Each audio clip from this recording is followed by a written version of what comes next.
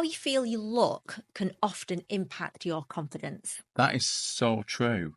And actually, many people can find that the self-esteem is negatively impacted by unsightly and sometimes itchy and painful varicose veins and thread veins. And that's why we're actually so pleased to share that this episode is being sponsored by veincenter.com. And they're able to help those listeners who find that they have to hide the legs through summer months or even have to cover their facial thread veins with makeup. If that's you, just take a look at veincenter.com. Please note that this episode contains references to suicide and brief descriptions of war violence that some people may find distressing. We had an email today from someone who said they've been told they just can't get better and therefore they'll never be happy.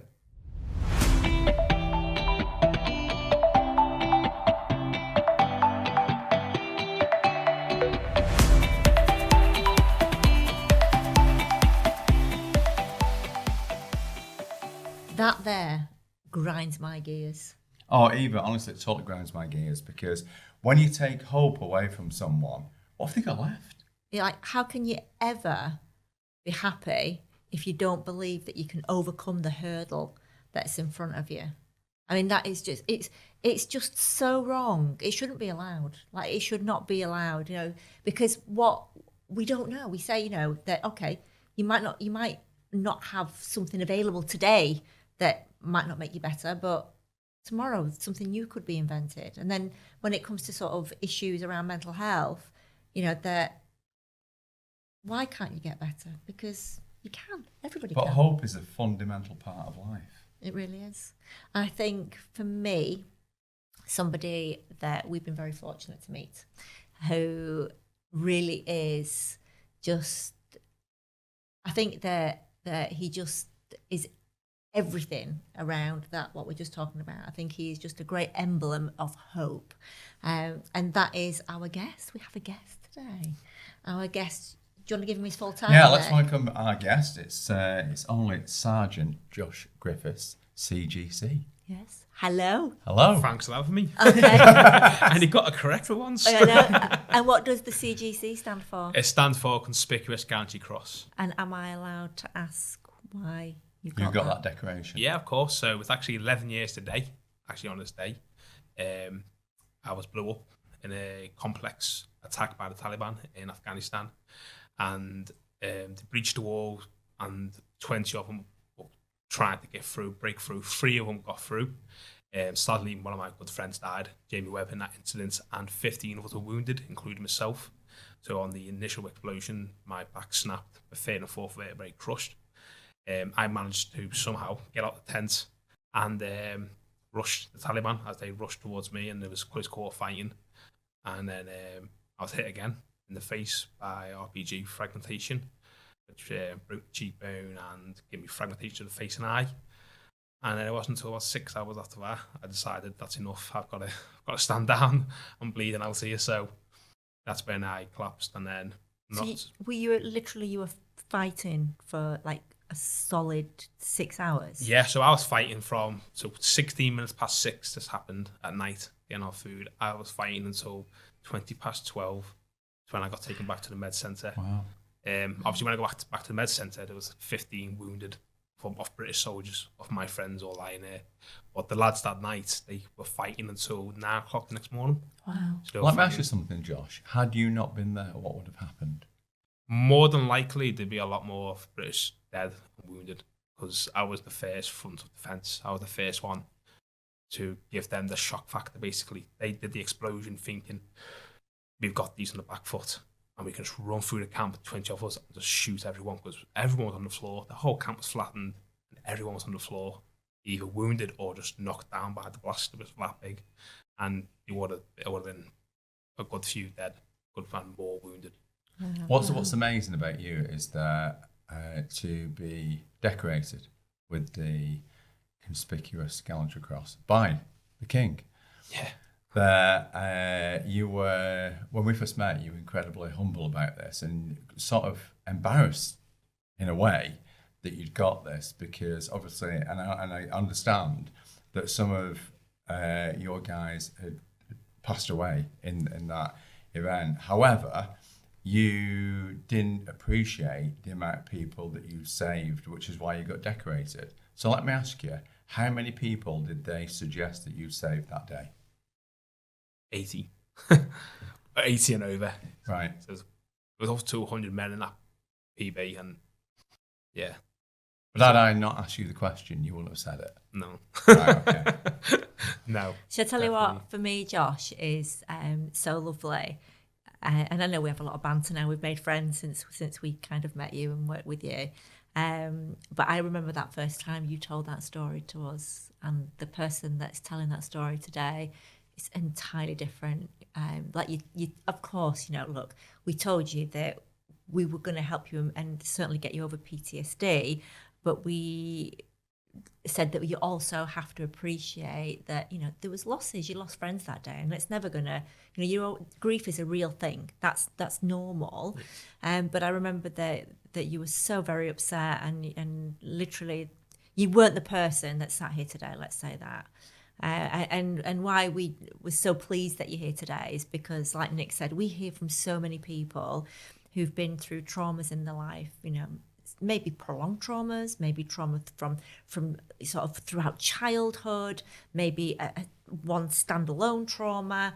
But the thing that we constantly hear is that you can't get over it, that you can't get better. Yeah. And, well, are you better? I'm more than better.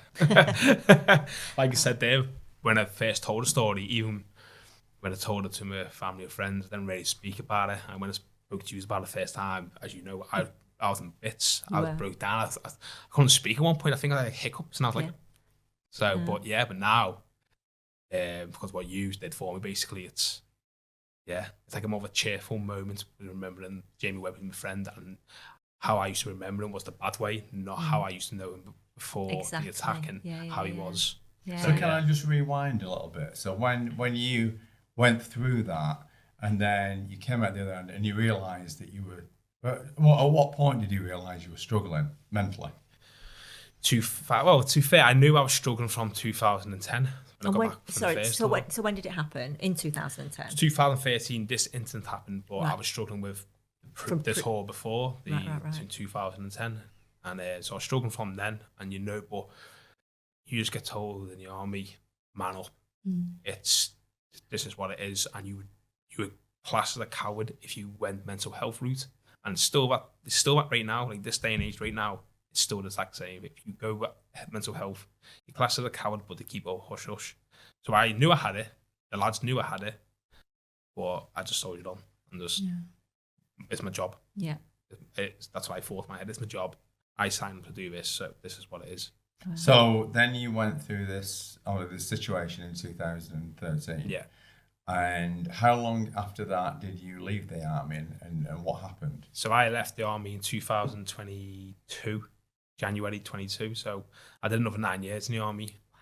So I was struggling with mental health from 2010 until 2023. And you've been diagnosed with complex PTSD, and what were you told? It will never be cured. Basically, I can manage PTSD with pills and whatever they give me, but I refuse to take any kind of drug, because I was like, in my head, it was, no, it's got to be something you do for me to get rid of this. Or they said, no, we can't do nothing. We can give you pills and you can manage it for your whole life. So that's it. How did that feel, knowing, like being told basically that, you fought for the country and you have come back home, the repercussions of that being that you basically on a daily basis, it was like your mind was still fighting back there, wasn't it? Yeah. And then to be told, actually, look, you can't get better. The only thing you can do is manage the symptoms. Like, how did that feel? Let down. Like, that's massively let down. I think that's the point where it turned for me in the army, and I'm thinking, why am I doing this? Like, you made me do all this stuff, which I'm not happy I did it, but it was my job. And then I come home to ask for help, and all she can give me is pills for the rest of your life. Until I'm 80 years old, I've got to take these pills to make me not have these thoughts, have these dreams. Like, that's not good enough. Like I need better, more help.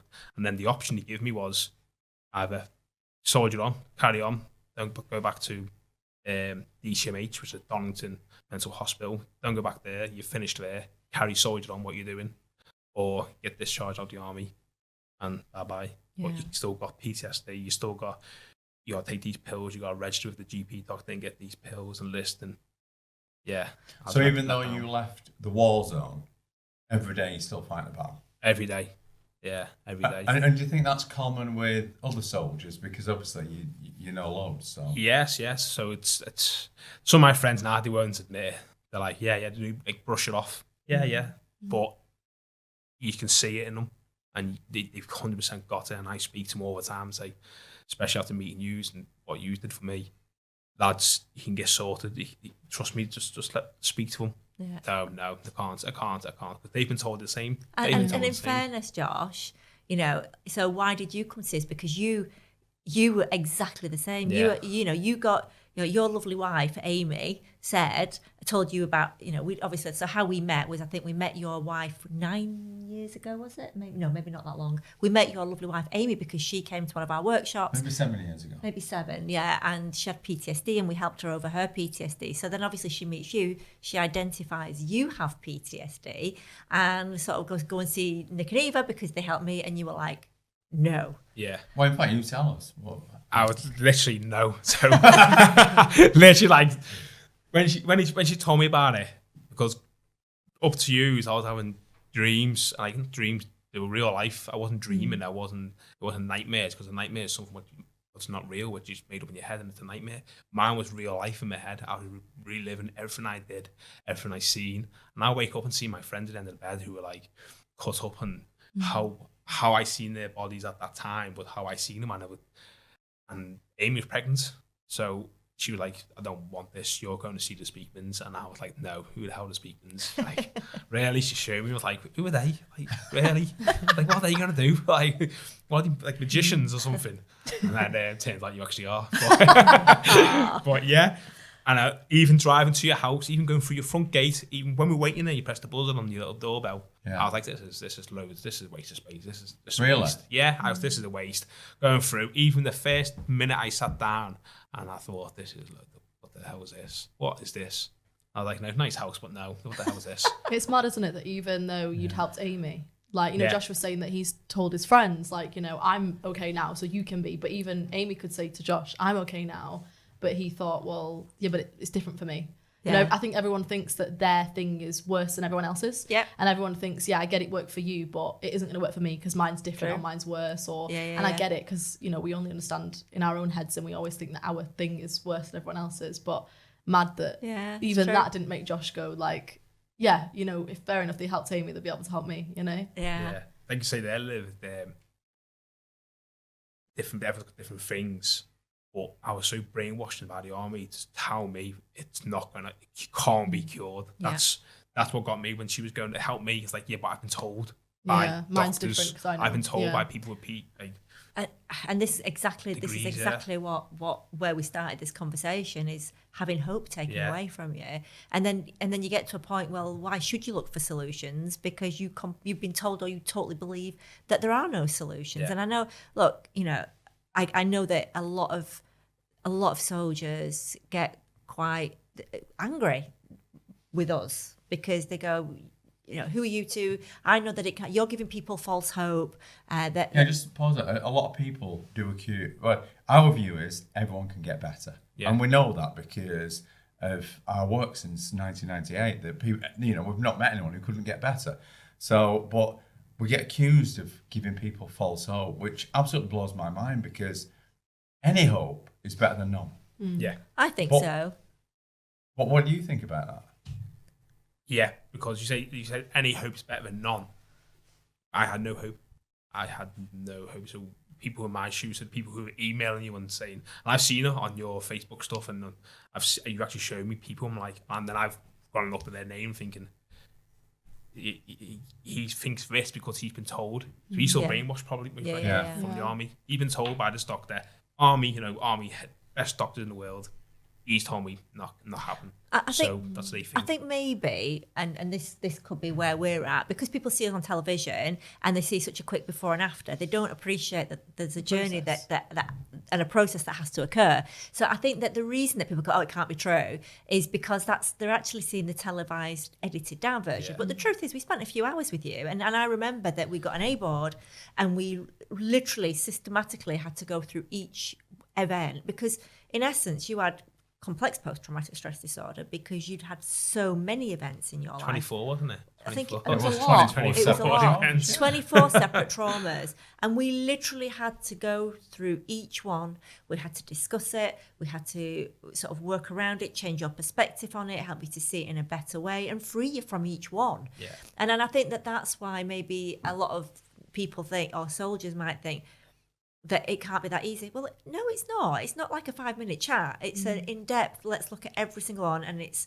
a process that we go through, and we did that with you. And I think a lot of people listening will relate to that, because a lot of people listening will think, well, I've not just had one trauma, I've had multiple things that happen in my life. Yeah. And, like you said, it isn't a straightforward process of just going through, do one thing really quickly and then it's all done. Exactly. You do have to work through those things individually. And like Josh did, you have to work through each thing, but that doesn't mean that it's not possible. Absolutely. Even if it takes a bit of time, it's yeah. absolutely possible. And there's always hope. But when you consider that, Josh, how many times have you deployed? 4. Okay, so in 4 times of deployment, you had 24 massively standout traumas. I mean, obviously, there are other things that didn't stand out as much, but there are 24. So you've got to consider, how can anyone in the army who gets deployed come back without some form of PTSD? Exactly. Yeah. And that's across the board, isn't it? Yeah. I mean, I know that you're across with the army, etc. But just to fight their corner a little bit, if they also believe that, do you know what I mean? If they also believe, and I don't think they're saying it because they're trying to be mean. I genuinely think they say it because they believe people can't get over it. Yeah. So and obviously, one of our big messages and why we're doing the podcast and why we've sort of shared stories on our social media and TV is that we have met people who have said to us that because they saw people that we've helped on television and hopefully with the podcast as well, that actually they were suffering, but that knowing that somebody else was suffering and knowing somebody else got better gave them hope and gave them a purpose and a reason to get out of bed the next day. And I think that's the big. Well, it is, because once you lose hope, what have you got left? And the sad statistic is that we know that more soldiers take their own life than actually die on a battlefield, which is scandalous. And I think as well, with what you're saying there, just to throw a little bit of science into the mix here, that not only does people believing they can't get better take hope away and take away the prospect of getting better, but actually on the other side of that, if you believe you can get better, that actually increases your chances of finding a solution. Is this science corner? It is my little science corner. But yeah, so basically there's loads of research studies that show if you take two people, or two groups of people, should I say, with the exact same condition, whether that be, PTSD, anxiety disorders, OCD, whatever it might be, and you tell one group that their problem is biological and therefore it's something that's wrong with them and it will just never, get better. So they were born that way, for example. So genetics, or there's something wrong with their brain, for example, and you take another group and tell them that their problem is psychological, it's something they've experienced, something that, they can change with changing thought processes, perspectives, it might be something from their childhood, traumas, things they've been through.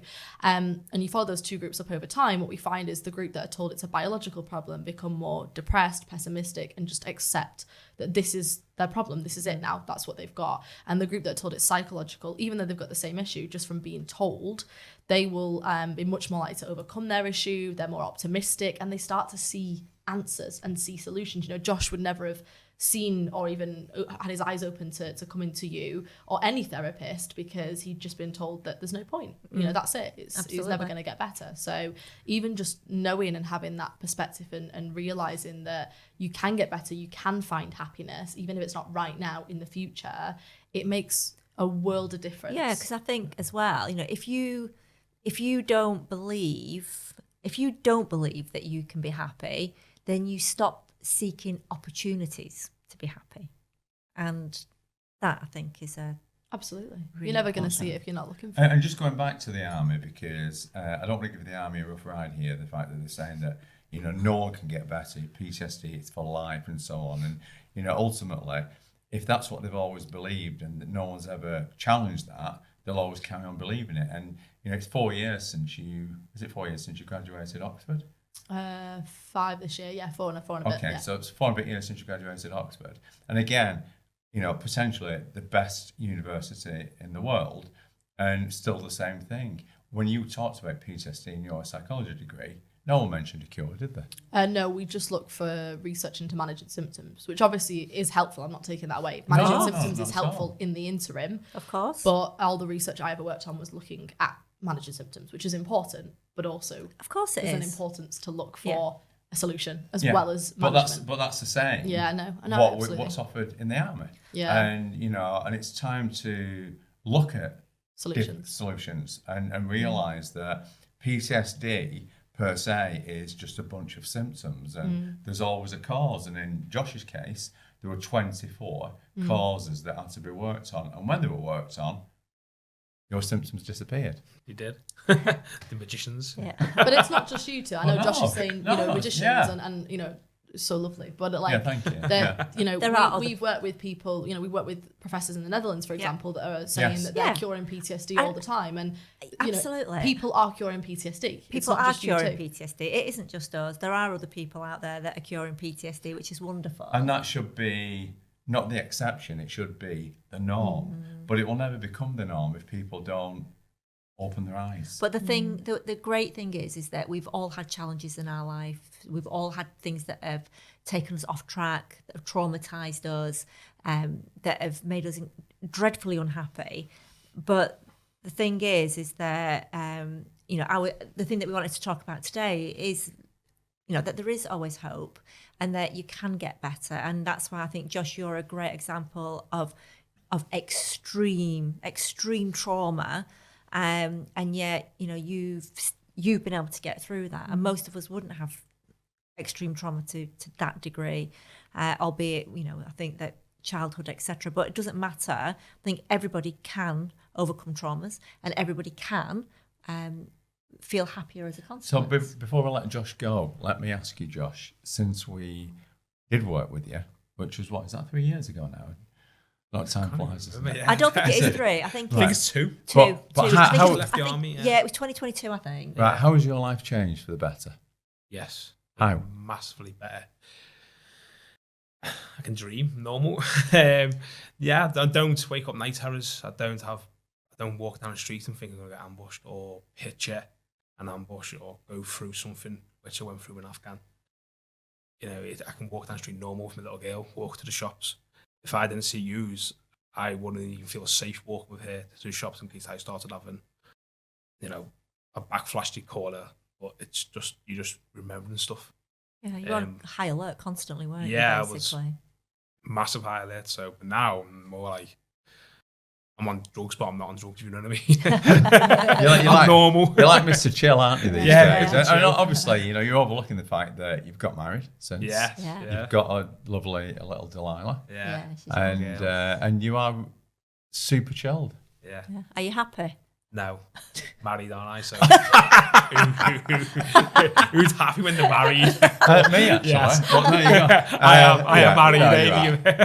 Oh, your Amy is very absolutely happy. gorgeous. She really is. is. But you have found happiness now. Yeah. After all those traumas in the past. So I think it goes for anyone listening that, hopefully you've not had 24 traumas, but even with 24, really difficult traumas, you can still find happiness. Exactly, yeah. Just don't give up.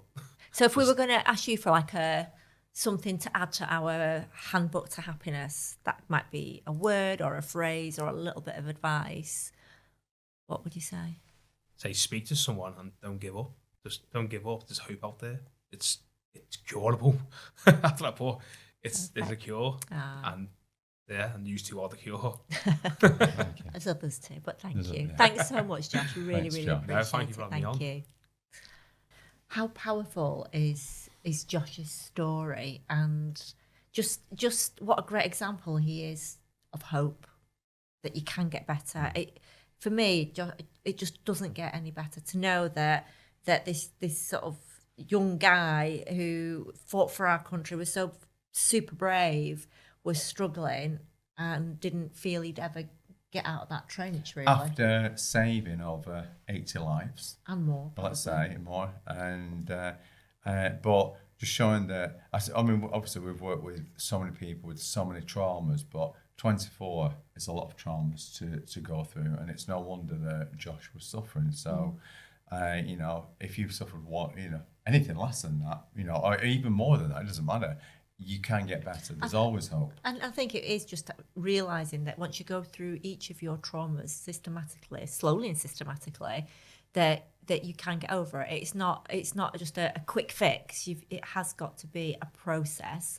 So, guys, you were listening to Hunter. You've just come back. You've just come back in, having listened to Josh's story. How does that make you sort of? I think really just that no matter. I mean, Josh is such an extreme example that really just shows that no matter where you're at, really, and what you've been through, there is always you can get over it. There is always hope to do that, and also just the importance of not losing hope. Because if you lose hope, it's gonna be much less likely that you keep pushing on. You try and get through all of that stuff, and it's just really important to hold on to that. Precisely. Yeah, and I think as well, just the message that you can find your happiness, and that always, as we said before, sort of being aware that you can always find your happiness, because if you just accept that you can't, then you don't see the availability of the things that can help, and sort of you don't see the answers that are in front of you if you don't believe that. And I'm sure there's people listening that just feel that they've just had so much in their lives. We hear about that so often. People say, but there's just so many things that have happened, I don't know where to start. And the truth is, one at a time.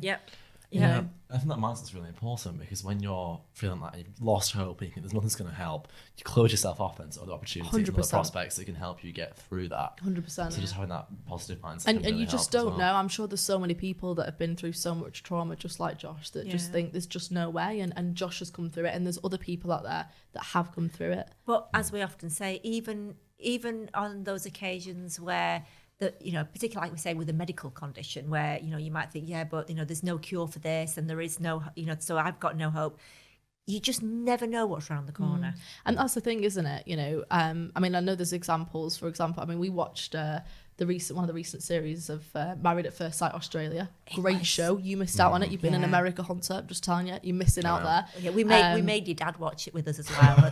I'm good. He was so resistant. So resistant. Was not up for watching Married at First Sight. Yeah, but we pulled however, it's funny. I got reeled in. It's good, isn't it? Well, there's a new series coming soon, guys. So we've got that to look forward to. But honestly, we watched that, and there was a girl on there who unfortunately was struggling with cystic fibrosis. Do you remember her name? Lyndall. Yeah, and I mean, what an amazing story, and to listen to her. I mean, I got quite emotional about it too, but so obviously, Hunter, I know you weren't there, and for the people listening who haven't seen it, so she was suffering with cystic fibrosis, and sort of the outlook for people with cystic fibrosis was that, well, they wouldn't live very long. So she's never looked for love, because she's always accepted that she's probably not going to live past sort of her early 30s at best. So it's never been something she's been open to, because why would she? And this new drug that's this breakthrough drug called Trikafta that's now available, and it's just been approved, or had been last year when they first filmed this, which basically deals with the problem, right? So it gets rid of the mucus in the lungs, which is the cause of cystic fibrosis. And obviously it's early stages, but they're seeing that people could be living as long as 80, 90 years, a normal life, basically. But even beyond that, I mean, I know cystic fibrosis it's a genetic mutation that causes cystic fibrosis. And there's won a Nobel Prize recently, being CRISPR-Cas9, which is gene editing, and it basically allows you to go in and select a very specific section of gene. A gene? CRISPR-Cas9 is it's called. Yeah, it's gene editing. Okay. And you can go in, you can choose a really specific gene sequence and change it and replace it with a healthy gene that isn't mutated. So even with cystic fibrosis, I mean, it's just been done recently, actually, I think like a couple of weeks ago. Scientists removed HIV from cells using CRISPR-Cas9. So there's so much opportunity here with this amazing new we don't realise, do we, what's going on? Exactly. So the thing is, because with cystic fibrosis, it's just one mutation that affects a protein, which then causes the really thick mucus that manifests all the symptoms of cystic fibrosis.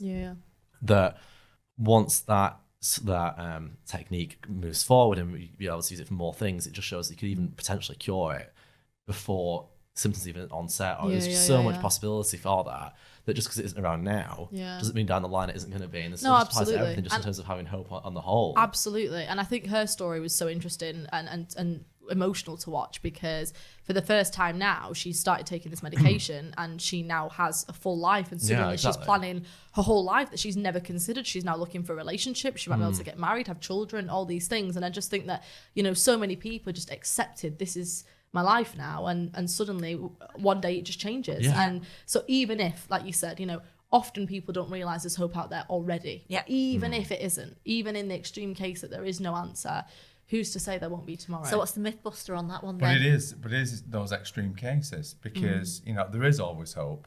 And if you're struggling right now, I think a great thing is, and it's very easy when you're struggling, just to focus on everything that's going wrong and focusing on how bad it is.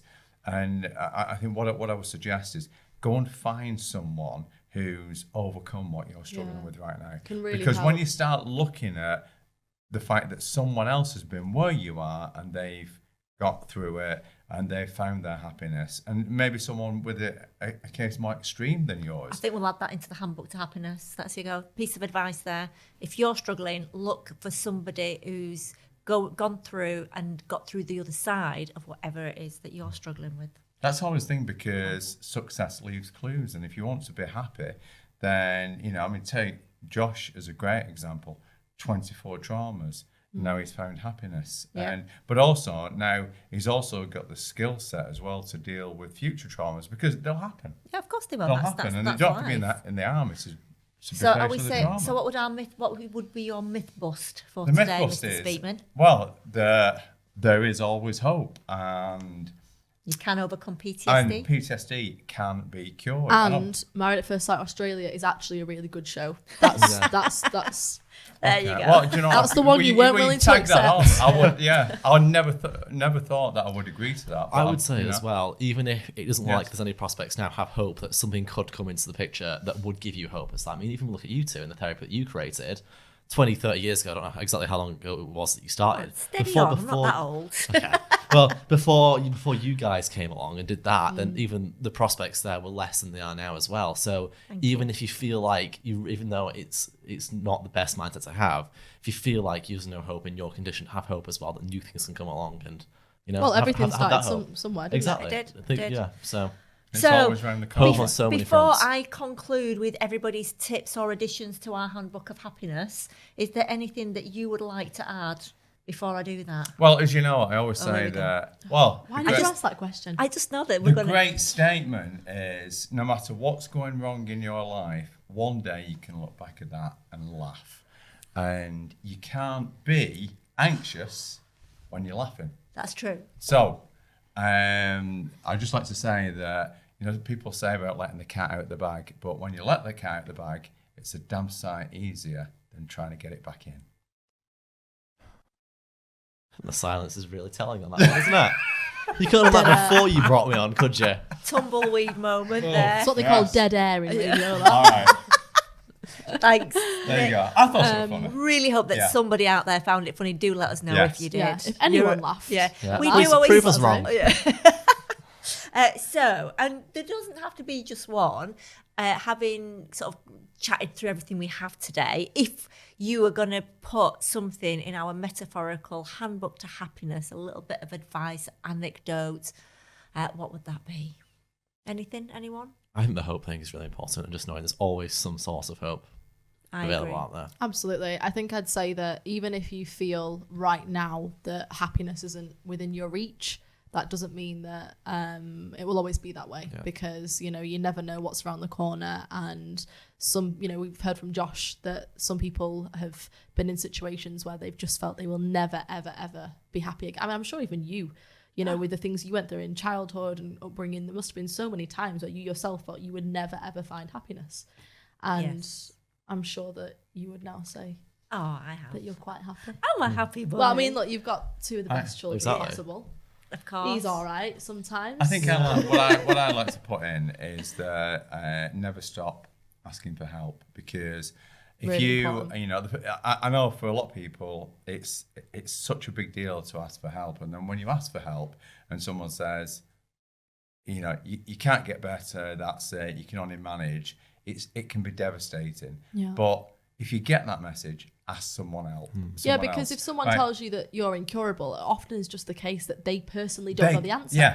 They can't cure you. So if someone tells you that, then go and find someone else. And if they tell you that, go and find someone else. Can I tell you, I've had hairdressers that have said to me, you can't get your hair that colour. It's not possible. And I've gone to other hairdressers and I have had silver hair. So, you know, people... Yeah. Well, if that's not a great example of there's always silver hair. Yeah, and again, not going to go at anybody here because we only know what we know. Well, absolutely. And everyone's doing their best. In mental health, I think that's the one thing we all have in common. We're all doing our best and everyone's trying to help. And not everything's going to work for everyone. And some therapies will work for some people and not for others.